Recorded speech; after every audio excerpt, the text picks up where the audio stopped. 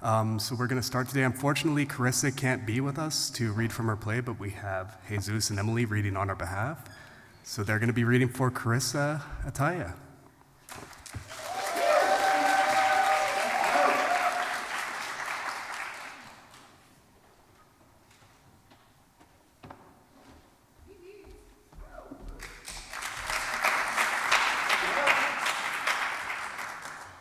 Hi.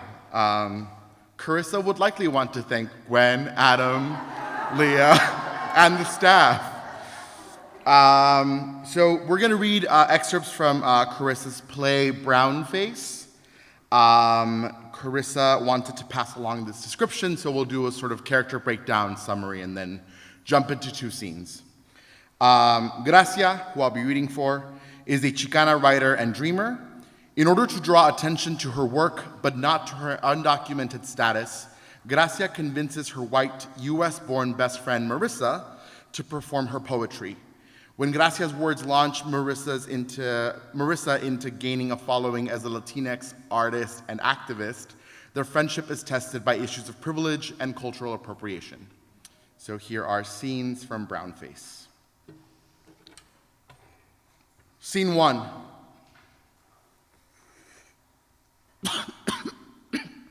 What is this, indica or sativa? I don't know. I can't tell the difference.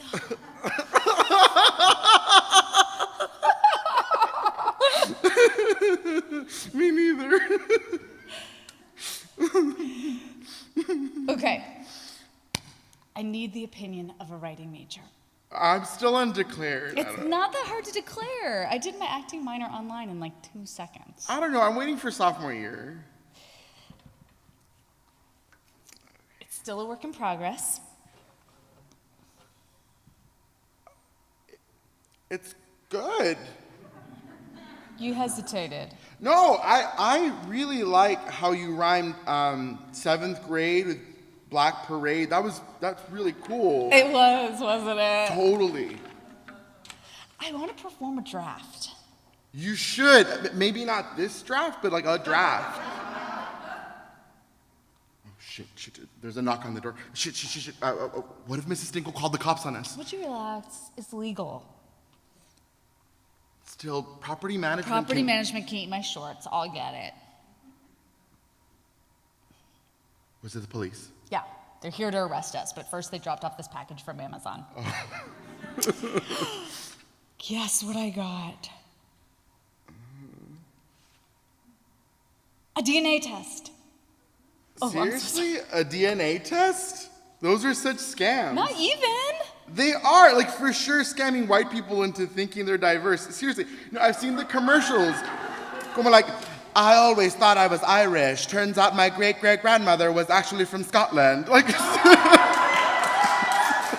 it's stupid. Like, if you weren't raised in the culture, then, I mean, it's just like trivia. Like, si mañana I found out I wasn't Mexican, I wouldn't suddenly stop putting tajin in these mangos, you know? Like honestly, they expect me to pay $60 to find out how colonized my ancestors were? Like, nah, that's the white people shit. Marissa. I could totally be Scottish. Are you serious? What? That's your takeaway? I think I need to download the app. Why don't you just like ask your parents? Well, they don't know. My dad's side has been in Maine for as long as anyone can remember. Okay, so mystery solved. You're from Maine. Nobody's from Maine. Never mind. You wouldn't understand. You're so, you're not white. You actually have roots. What? Because I'm brown, I have roots? Might you be confusing me for a tree? Okay, shut up. 50% English, 44% Italiano, 6% Spanish. Okay, happy? Well, that explains it. What? Why I only understand 6% of Senora Loretta's lectures. Or maybe it's because you show up to class 94% high off your ass. What time is it?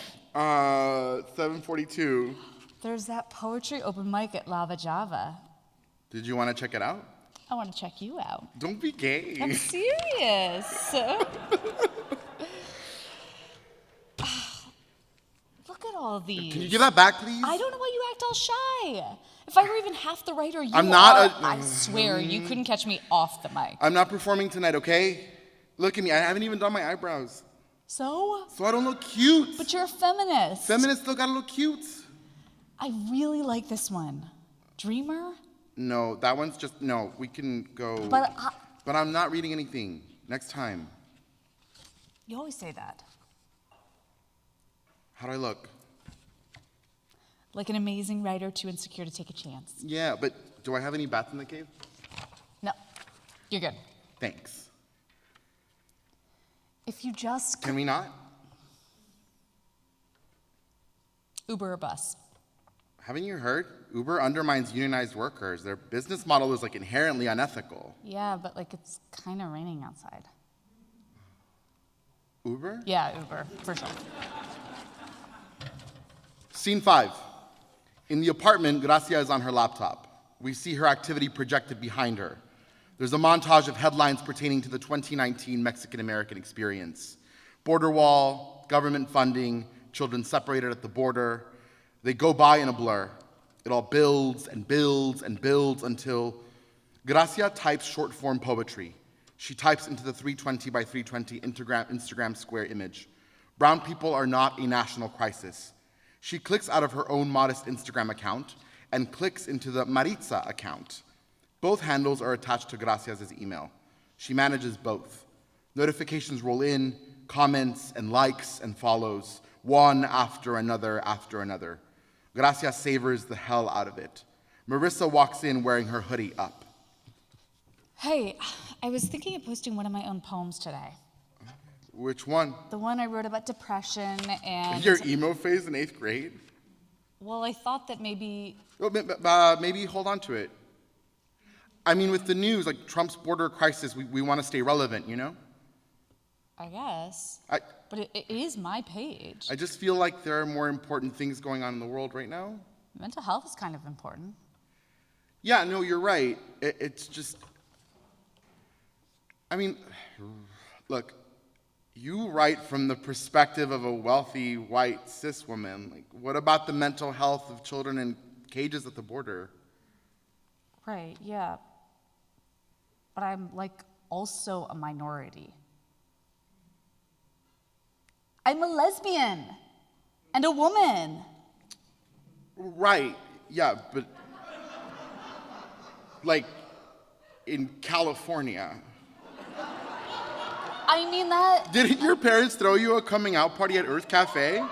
Never mind, sorry. It doesn't matter.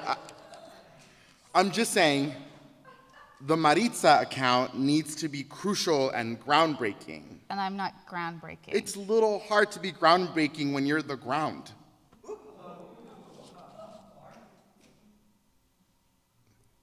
What? What?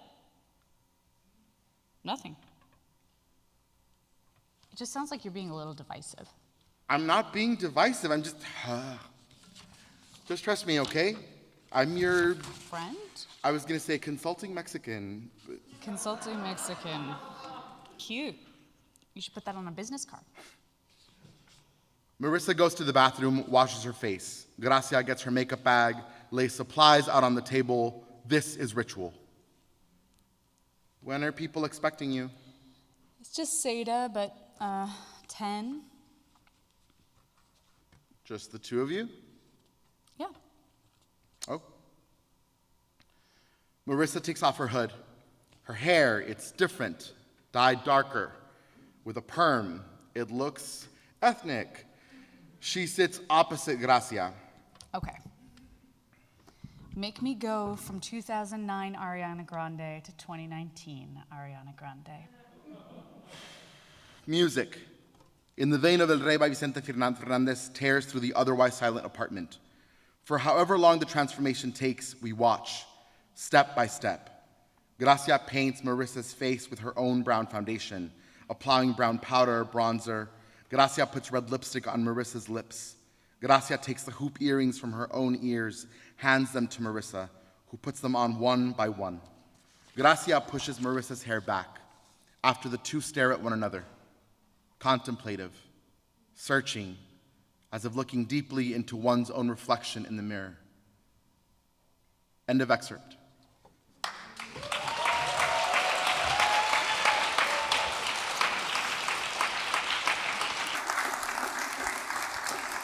Please welcome Caroline.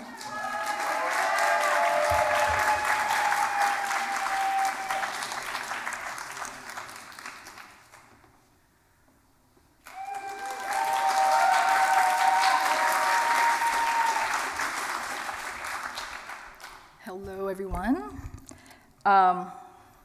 It's really great because I can look out and now you guys feel like friends. So I must also say that it's been truly wonderful to be here, and I must thank Adam, Gwen, and Leah for creating such an incredible space. I've been remarking with other people and talking about it in my workshop, but I've never been in a workshop that's majority POC, and it has been just an incredible experience, and actually has been quite healing from some of my MFA experiences, which is quite nice. So I would really like to thank everybody, but especially my workshop mates and the faculty, Maurice and Vanessa. I'm also really grateful to be here because my debut book came out during the pandemic. And so I haven't had much of a chance to read it to a live audience, so thank you very much for giving me this opportunity and for being here and listening.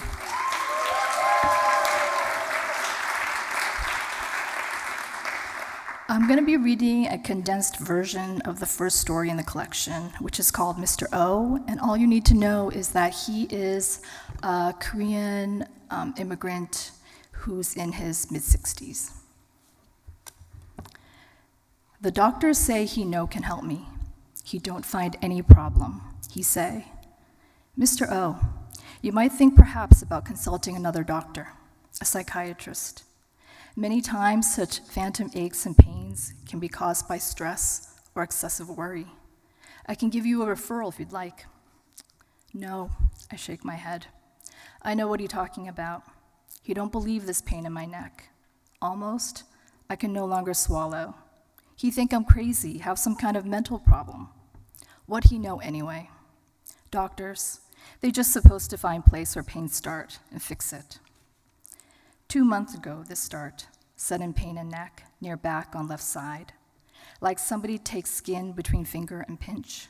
Like my older brother used to, like I do to younger brother. Hard to move with that kind of pain, that kind enough for making stay down. Last week, 2 days I not get up. I stay in bedroom, watch Korean videos. Usually feel good to hear Korean language, my ear understand right away. But with pain in neck, hard to enjoy. Korean sound like English, coming long way to me. It take time to travel, and in meantime, this pinching. This the third doctor I see, this one specialist. Always they say they can find nothing. Wife come with me, but she don't believe me either. She's just trying to help me. On way home, when wife say, what'd he say? I tell her he say I depress, go see psychiatrist. Wife look worry, then mad. She want to know where exactly pain is. I try to explain, but car almost hit fence, so she say, watch the road, watch the road. I say, I watching the road fine, but she want me to show her pain or not. She say, your problem, you nervous all the time. Never relax. I say, she make me nervous asking question and then screaming when we far away from fence anyway. She just say, I nervous again. I yell to wife, she never support me. That why I nervous all the time. She only get quiet, watch the road. I never nervous when I young. I don't care anything. Now worry too much. I almost 60. How many ahead? I think not many. Too bad, too bad. I know it make no sense to look too much at history, but how else are we going to understand self? We are, how you say, sum of decision we make, that who we real are, how we act, mean who we are. I studied Kierkegaard at Yonsei University in 1956. Long time ago, but coming back to me now.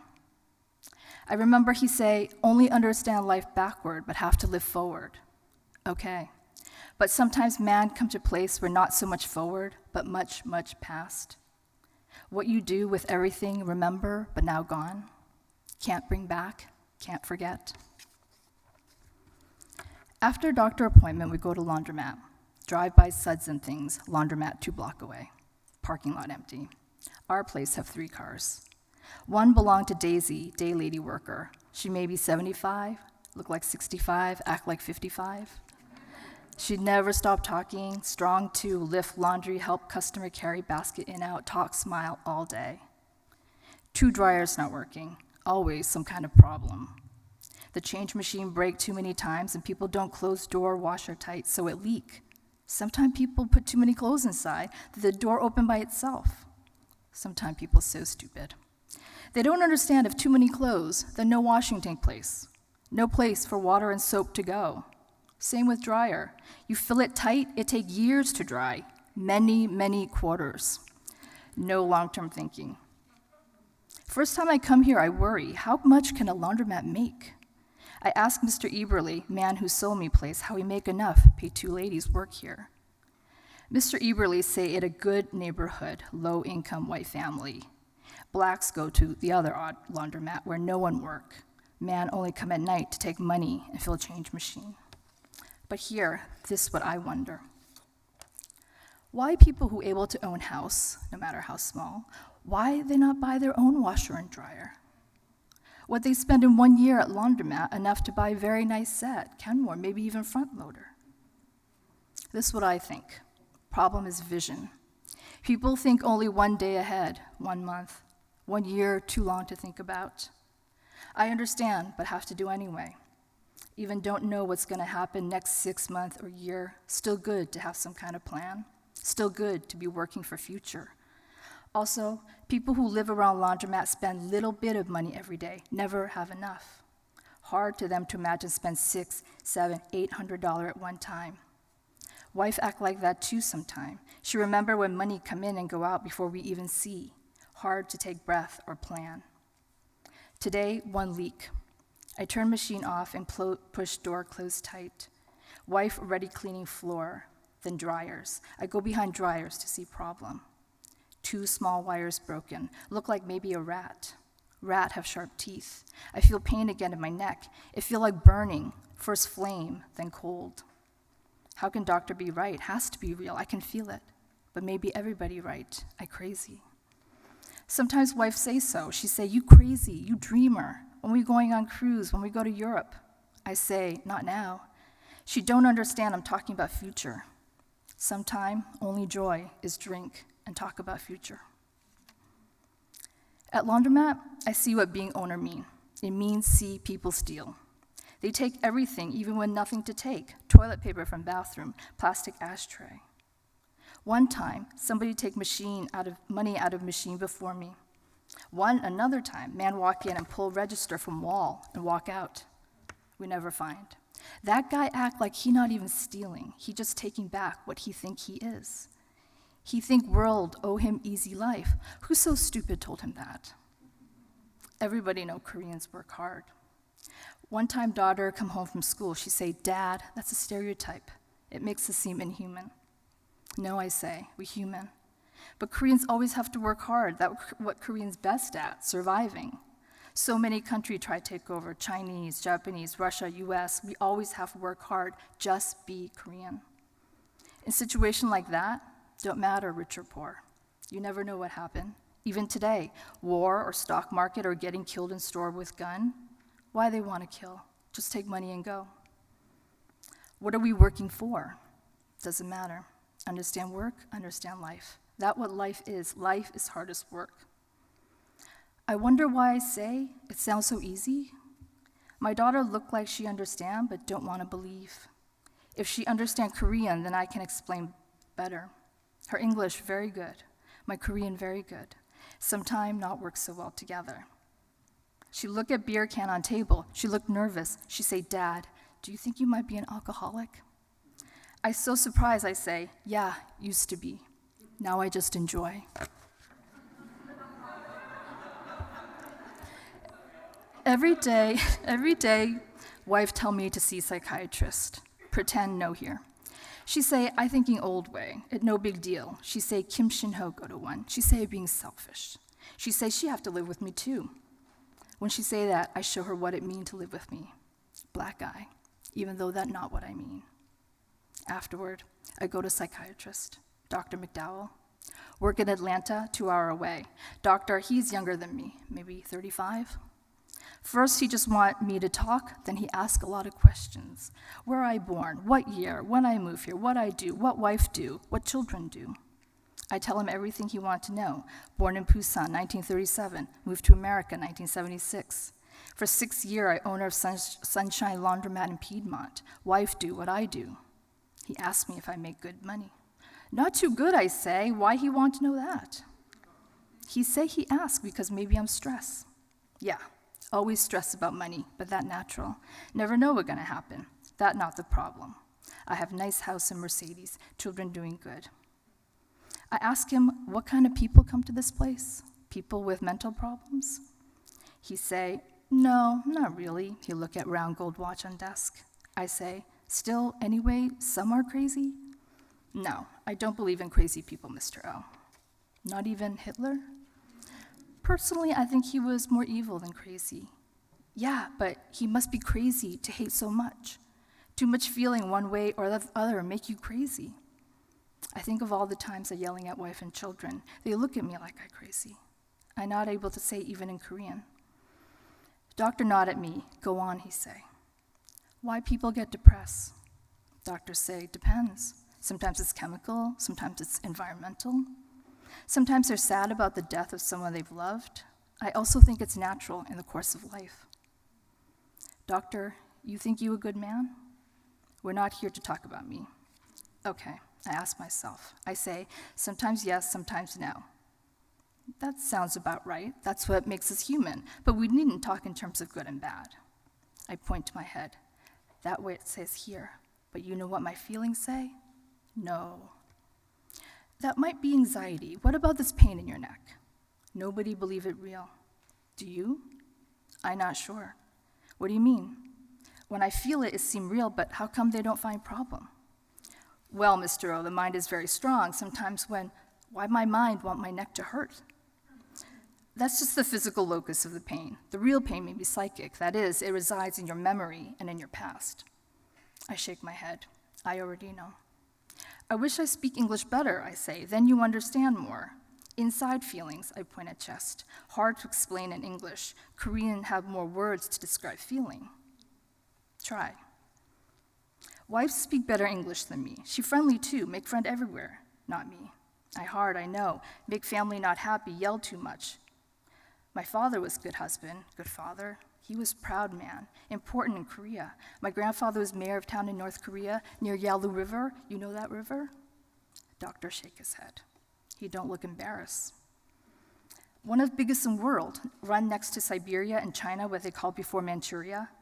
My father sent me to best university in Korea. He take good care of us. He do better job than me. From what you've told me earlier, it doesn't seem like that's true. I'm not talking about money. I stop talk. Sometime I make wife unhappy. I remember something happened 2 years ago. Doctor say, what? I say, 2 years ago, we have our wedding anniversary, 26 year. We go to steakhouse near Pelham Road. I tell her, 26 years ago, I smart. I go back in time, I choose her again. I ask wife if she'd do the same. You know what she say? Doctor shake his head. She say, no way, Jose. She smile at me, but I know she mean it. How do you know she means it? Because she say so. She say, I mean it. She said, forget it now. Now I marry you, we make the best of it. She good at that. Why do you think she feels that way? Why? When we first married in Korea, I always out having fun, drinking. In the beginning, wife is happy. When she look at me, she look happy. Afterwards, she looked like it hurt her to see me and smile at the same time. My father, he have a lot of money, but not me. I buy things, I gamble. That's some of the reason why. What do you think would make you happy? Same thing make everybody happy, amnesia. Doctors say, time's up. Let's both think about what you've said. Can you come back next week? I say, okay, but I know go back. No way, Jose. Who say talking make life better? Wife waiting in waiting room, reading magazine. She heavy now, but still pretty. In the car, she say I crazy, but that is okay because she crazy too. She say live too long, become crazy one way or another. She say still, it better if I not yell too much. Nicer if I speak in even, low voice. She say smile more. Americans always smiling. Who care if they hate her inside? She hates them inside too. Important just to smile. Hot inside car. I about to roll down window when pain come. I pull to side of road. This time feel like hand pressing down into shoulder, pushing me into seat. Wife look at me to see why we not moving. I looking back at her from long distance. Thank you.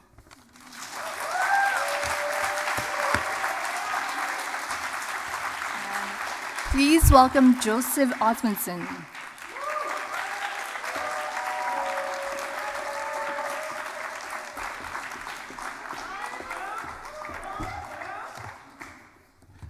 Just get settled. I'll be your caboose this afternoon.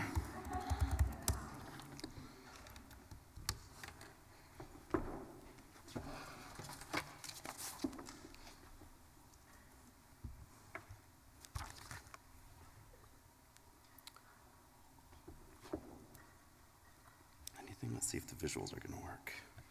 Yes. What a week, but what a fucking reading, Jesus.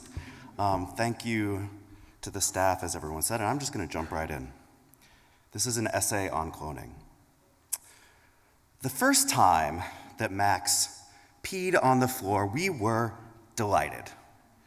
He'd held his bladder for more than 24 hours after we picked him up from the shelter. We started to worry his little bladder would burst. Had he bothered to use the pee pads? Who cares? Get the paper towels, grab the enzymatic spray. Max is a 16-pound black and white Chihuahua Terrier mix with cookie dough black and brown spots down all 4 of his legs. He slept in his crate that night, not at the back of my knee as he does now. To us, he is perfect, so affectionate and such a smart boy. He loves the couch, and he loves Devin, my partner, and he loves me. And he eventually learned to walk past strangers and even plastic bags on the street. He was perfect, perfect. Max, paw? Paw, Max? Good boy. Max, down, lie down. Good boy. Jump, Max, jump. Good boy, sit. Good boy, Max. We were so lucky to have Max. We lucked up, as Devin said. He was amazing, amazing, amazing, good boy. But why, one day, did I feel as if something in my stomach had turned and spoiled? Why, one late afternoon as I rested on the couch when Max lay next to me, burrowing into me the way that small dogs do, did I tear up not from pleasure, but, God damn it, from grief? Grief arrived with the oddest somatic sensation. As a memory, my body buried, and it was released like some button had been pushed by a touch that had only ever been sweet, a dog's gentle pressure, their flesh against mine. You see, Max isn't my first dog. Winston came into my life through a man, about as dangerous a way as any living thing can. He was brown and white with long, coarse, wiry hair. He had a disastrous underbite, and his eyes leaked brown onto his white face while his eyes pointed in slightly different directions. He was ugly. He was perfect. When I slept, he slept at the crook of my knee. When I wrote, he napped next to me, his back against my thigh. I regarded the miracle of Winston as evidence that Wesley, his owner, my boyfriend, my partner, was responsible enough to have kept the pup alive for years, and that he would bring the same standard of care to our relationship. So when Wesley took the job in London for 18 months, but when he offered to let Winston stay behind with me, I saw it as a sign that he'd plan on coming back and resuming our lives together. But 3 days later, Wesley confessed that he hadn't realized how much he would miss Winston, and he had changed his mind. He'd be taking his dog. 3 more days passed, and he said our couples therapist was only invested in keeping us together for the insurance billing. So when I arrived at home one night to an empty apartment, no man, no dog, I couldn't say that I was surprised. Some of his things were gone, a day bag packed, but I had faith that they would both come home. When we adopted Max and he pushed his little body into mine, I was overwhelmed with my grief at the loss of Winston, a grief that I hadn't been able to feel because I was overwhelmed with the loss of my human love.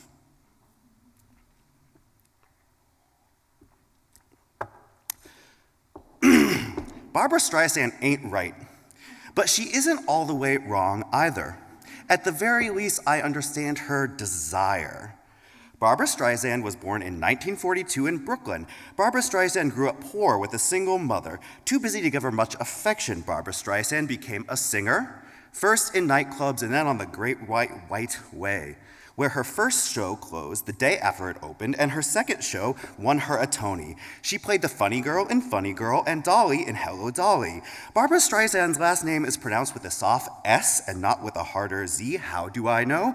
In 2016, Barbra Streisand called Apple CEO Tim Cook to complain that Siri pronounced her name with a Z and insisted that it be corrected. And it was. Barbra Streisand has 3 dogs.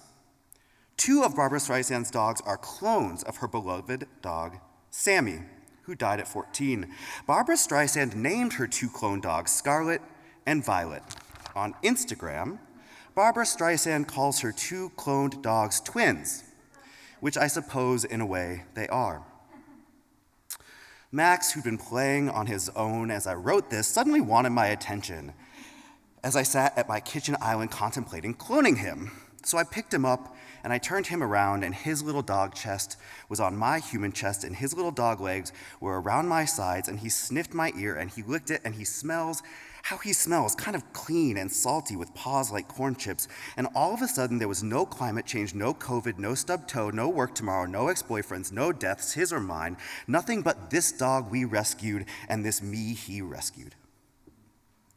Barbra Streisand used Viagen Pets to clone her precious dog. The earlier in your pet's life you take your sample, the more likely it will bear a clone, advises Viagen Pets. A bit of cheek cells scrubbed from the cheek and a small skin biopsy from the belly and $50,000 are all that's required.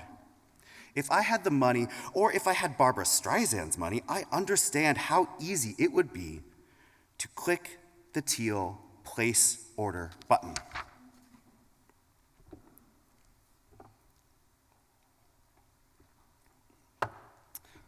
The third time I had sex with someone after Wesley left our home, I stayed over at his apartment in Washington Heights. He was a former college football player. His name was Romantic, something like Tennyson. If we all can keep a secret, his name was Byron. He was a strict bottom, and I was too traumatized by my breakup to be able to top consistently. Topping is not for the grieving. For those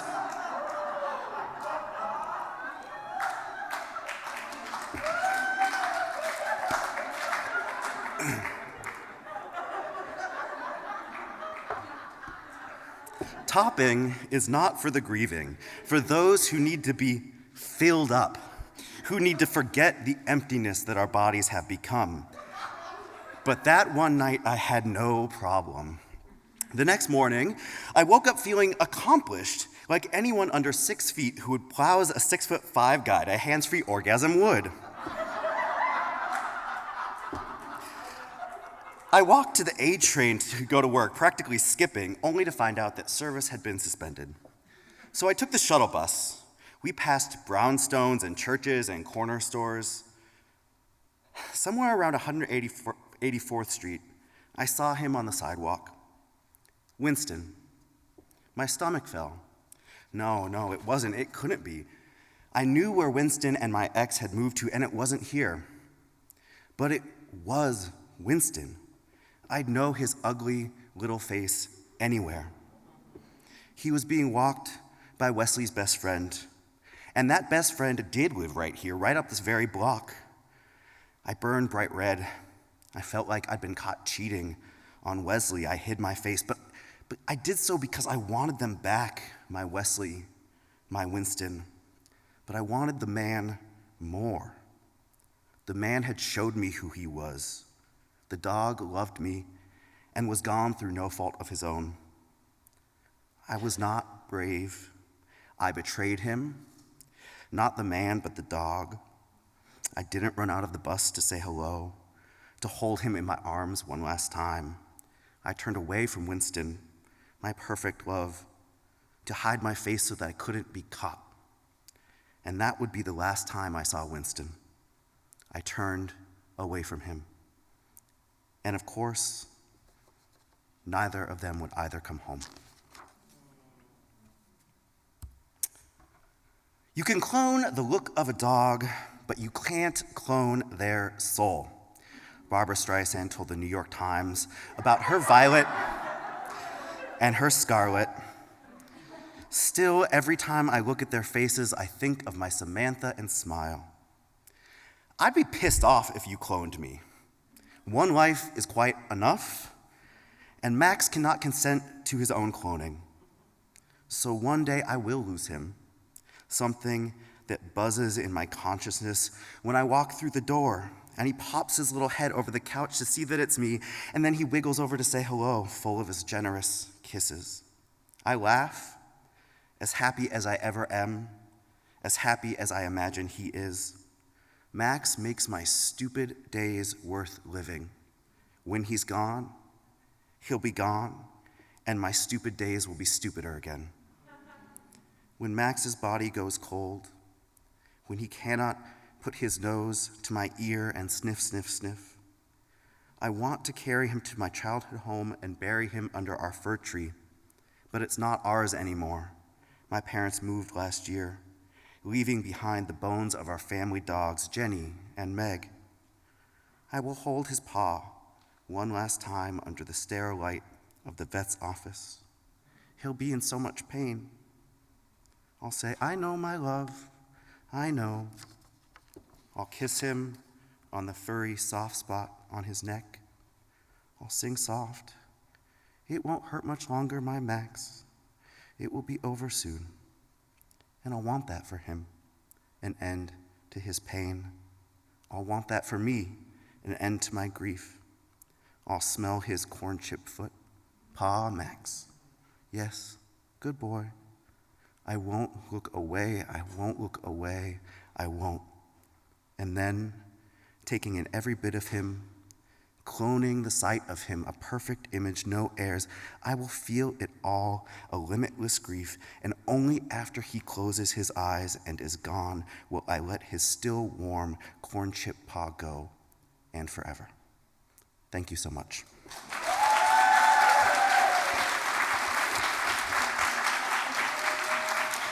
That's it, everybody.